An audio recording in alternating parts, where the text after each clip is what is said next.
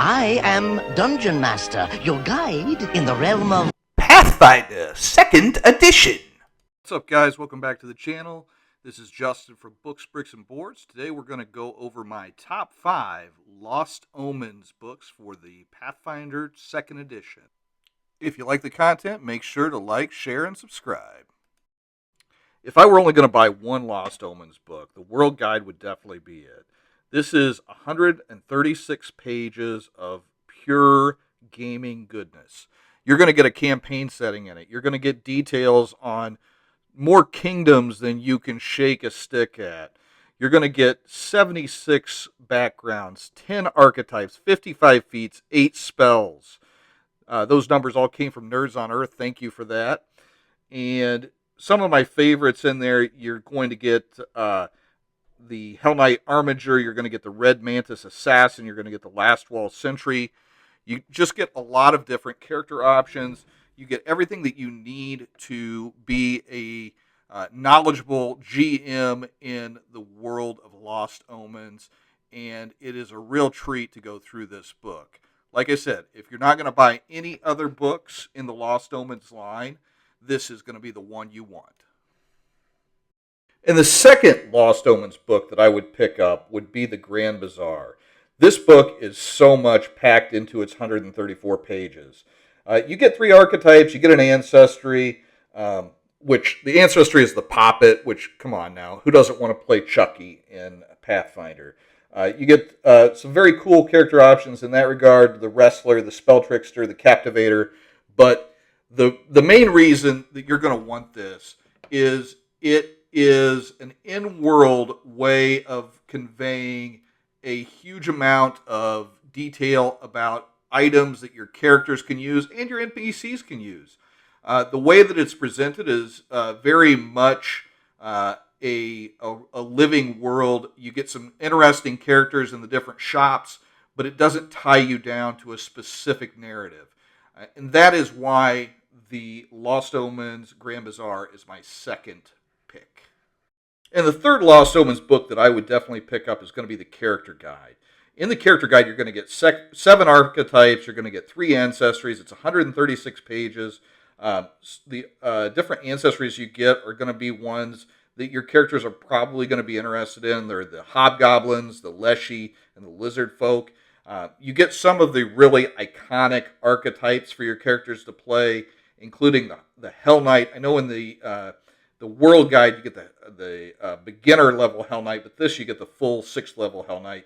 You also get a couple of optional variants for Knights of the Last Wall in here, and just in general, you get more feats, more options for the existing races, and just a ton of flavor that can help you build some characters that really feel like they lived in the world that you're playing in. They feel less generic by having this as a set of options. Coming in at number 4 is going to be the Ancestry Guide. Now, you might be able to tell by now that I am a big proponent of having character options. I feel like this keeps the campaign interesting. Players get less tired of characters if they can build the interesting character they want from the start. And this book comes with that in spades. So it has 15 different ancestries, 14 heritages. It's 142 pages. Some of the notable ancestries it has: the Beastkin, the Orc, the Tengu, the Tiefling, the Kobold, the Azamar, the Androids, and the Kitsune. So along with that, it has different heritage feats for all of the existing races, which gives you a wide variety of ways that you can build dwarves, elves, humans. It's got different ancestries for different cultures for humans, and it's got a great appendix just like all of the Pathfinder books do. And here at number 5 is going to be Gods and Magic. Now, Gods and Magic is going to be a great choice. It's more of a GM book than it is a player book, but players are still going to get a kick out of seeing what options are available to their characters for worship. And especially if you have played a little bit of first edition Pathfinder, you might be surprised to see that there's been some changes in the Pantheon, and this book does a good job of laying that out. There's 30 spells, 18 domains, and there's an awesome appendix at the back that has all of the deities and domains listed. You can see what portfolio they each cover, and they have separate deity lists in the appendix for different ancestries and cultures. So you got your elven gods, your dwarven gods, and also some for the foreign lands like Tian. But this is just going to be a great addition for world building and also for building a little bit of more realism and character depth. All right, these last few that are outside of the top 5 are going to go a little bit quicker. Just want to kind of give an idea of who I think their audience is. The Milwaukee Expanse is a great book. The character options for it are mainly in the character guide and the world guide, but the world building stuff in here is really interesting, and it gives you an opportunity to play in a different setting than you're used to. This is not your traditional European style adventure here. This is going to be something a little bit different. For old school gamers like me, Absalon really hits a nostalgic note because it's clear that the folks that wrote this had definitely flipped through Volo's Guide to Waterdeep or Volo's Guide to the North. It just has a great in-world viewpoint to talk about the different intricacies of Absalomian life. There is also a fantastic Beetle and Grimm version of this, which I would highly suggest you check out if you get a chance. Great book. Monsters of Myth is going to be a good option for a GM that likes to have a big bad at the end of a mission. It gives you some great inspiration, and actually with each monster of myth that's in the book, it also gives you some adventure hooks and how you can incorporate those monsters into your own game.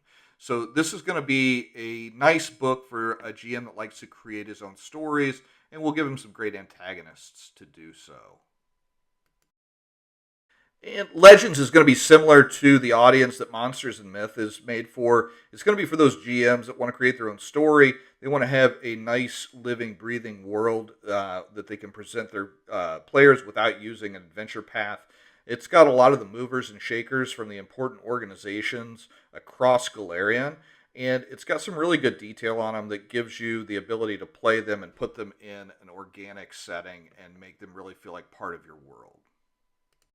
The Pathfinder Society Guide is going to be a book that is going to be for a particular group of players that really want to explore the Pathfinder aspect of the Pathfinder game.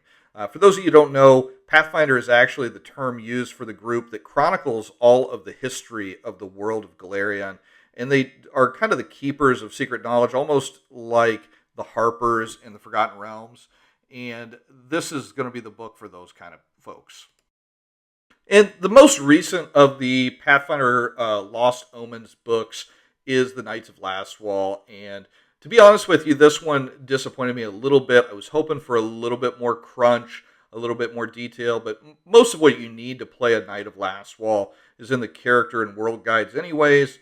But there is some interesting information about the Gravelands and some of the history of the Knights of Lastwall in here. Just not my favorite of the books.